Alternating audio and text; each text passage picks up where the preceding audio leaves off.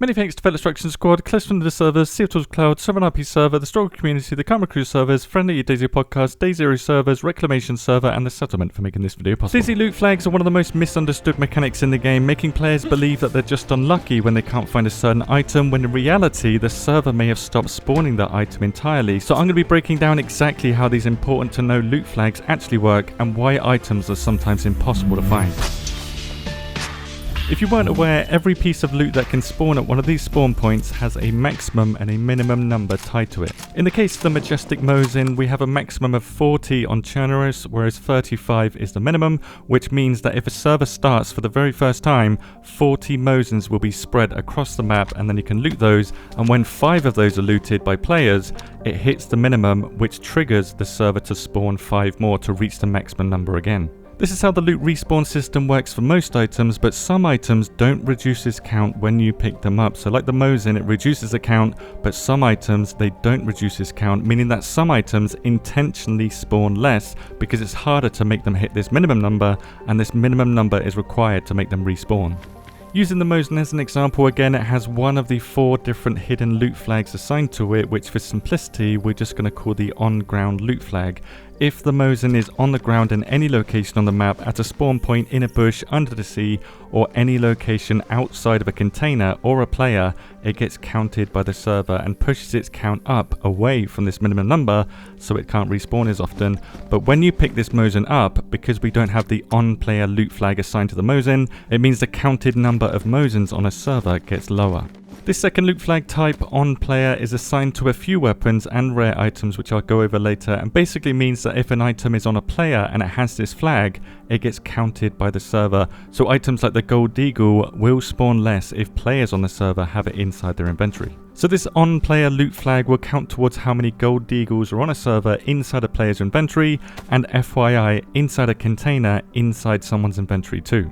The night vision goggles also have this on-player loot flag, so when somebody picks up night vision goggles, less of them will respawn on the server, which also counts when attached to a tactical helmet or a head strap, as long as the headgear is in the player's inventory or attached to the player, that is when it counts. And the same happens when it comes to weapon attachments and magazines on the player, which is also the case for equipable items like the tactical backpack. This has the on-player loot flag.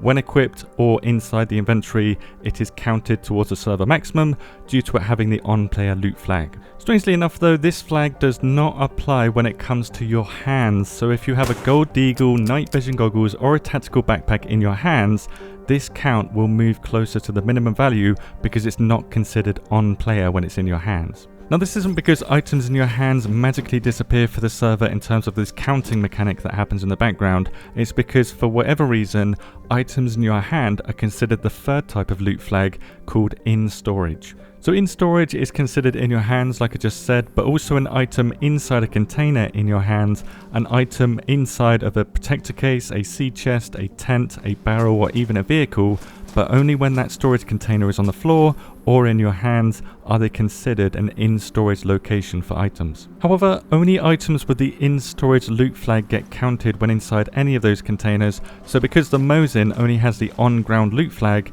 it is not counted when in a storage container, essentially allowing you to loot all the Mosins on the server, place them inside a tent, and then you can go back out and loot more Mosins, place them in tents, and you can basically get an unlimited amount of Mosins if you want to, because placing them in a tent reduces the count on the server because it does not have the in-storage loot flag. Unlike the Mosin, barrels will count, so they have the in-storage loot flag, and when you put them in your hands or inside of an M3S truck, the number of barrels on a server that the server counts will not decrease. The final type of loot flag is what I'm calling the stash loot flag, which is exactly the same as the in-storage loot flag, but it's for underground stashes. So for items like the field backpack, it does have the in-stash loot flag, so if you bury this backpack, it will be considered as counted on the server.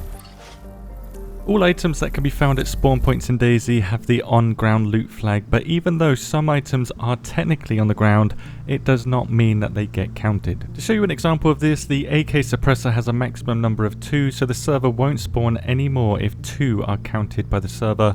However, because the AK suppressor has a chance to spawn on the AKM, technically there can be more than 2 spawning on a server, so in this case there's actually 3 on this server because one of them has spawned on the AKM. This is because items attached to other items on the ground come under the in-storage loot flag, not the on-ground loot flag, and because there's no in-storage loot flag on the AK suppressor, it can spawn on the AKM separately. This goes the same for gear found on Infected. 5 of the 3 different colour types of the firefighter helmet spawn at a maximum in firefighter locations as seen here, yet even when this maximum is reached, a firefighter helmet that has reached its maximum can spawn on a firefighter infected, again because an item attached to an infected is considered in storage. It's worth noting that only a handful of items actually have these 3 additional loot flags on them, so I've added them to the loot finders so you know which ones are which. Now that we understand how loot flags work, this is going to be very useful information, but do be aware that different items have different loot flags on different maps. Starting with tents though, they are the same across all maps, so these are the loot flags on tents across all maps, and this is all tents in the game. So once players have tents on the servers, once they've picked them up, you will not be able to find a tent because the minimum number needs to be reached, and because planted tents are counted, that means that if there's a lot of bases on the server, you're not going to find a tent at a spawn point. The only way to find a tent at a spawn point in this case is to wait for them to despawn, which is a minimum of 45 in real life days, that's in real life days, or ruining them and running hundreds of meters away to let them despawn so that they're no longer counted by the server and then they can respawn. If you can't do those two, you will have to steal a tent from another player, or you can craft yourself one of those shelter tents. This works the same for barrels, so again they won't respawn if somebody has taken all the barrels and stashed them inside a bush somewhere. You cannot get another barrel if somebody's taken them all. This also applies to bear traps. If they're on a player, if they're in storage, or if they're in a stash, it will count towards the server maximum, which also gets counted when you set them up to break somebody's legs. The landmine is a little bit more forgiving. It's only counted when on the ground or inside a player's inventory, so storing one of these in a tent, barrel or stash will allow the server to spawn more. Night vision goggles are also counted on players too. Again, if they're attached to headgear on your character, that's not considered in storage, that's considered on player. This is not the case on Sakal though, this is only the case on Chernoris and Livonia. Sakal treats the Mosin exactly the same as the night vision goggles when it comes to loot flags. Also not counted on Sakal are ghillie pieces, which means on Chernoris and Livonia, every single ghillie piece is counted on player when attached to a player or inside their inventory. No more will spawn, which means a maximum of 5 ghillie suits will spawn on Chernoris or Livonia at a time. But as a side note, if a player logs out with a ghillie suit on, the ghillie suit count will reduce, and the same happens with night vision goggles or any other item that has the loot flag for on player. The tactical backpack has the same loot flags, with the field backpack having all of those loot flags, so once these field backpacks are gone, they are gone. But this is not the case with the long haul backpack, which means the long haul backpack is not going to be as rare. But Sakal field backpacks only have the ground loot flag, so that's not the case on Sakal.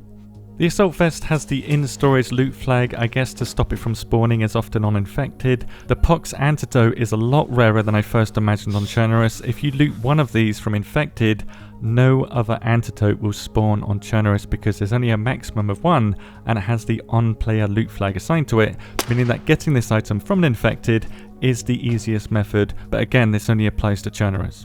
Applying to both Chernoris and Livonia is the on-player loot flag for the Gold Deagle, so this is going to be much rarer than the grey version, but again it's only when it's inside your inventory. When you put the Gold Deagle in your hands, it's considered in storage, so it can spawn again. The opposite is true for the USG-45 on Livonia, which is the only map to have this USG loot flag on it. If the USG is in your hands, it is counted by the server, but not when you put it inside your inventory, telling us that maybe these loot flags, they need some adjustments, or players' hands should be considered on player. That makes more sense. And finally, for loot flag items, we have flags themselves, so a limited amount of the same design can be found on a server. When you cut them to armbands, that's a different story. You've destroyed the flag in order to get those armbands, so the count is reduced in that case, but when you store that flag, it means nobody else can get it.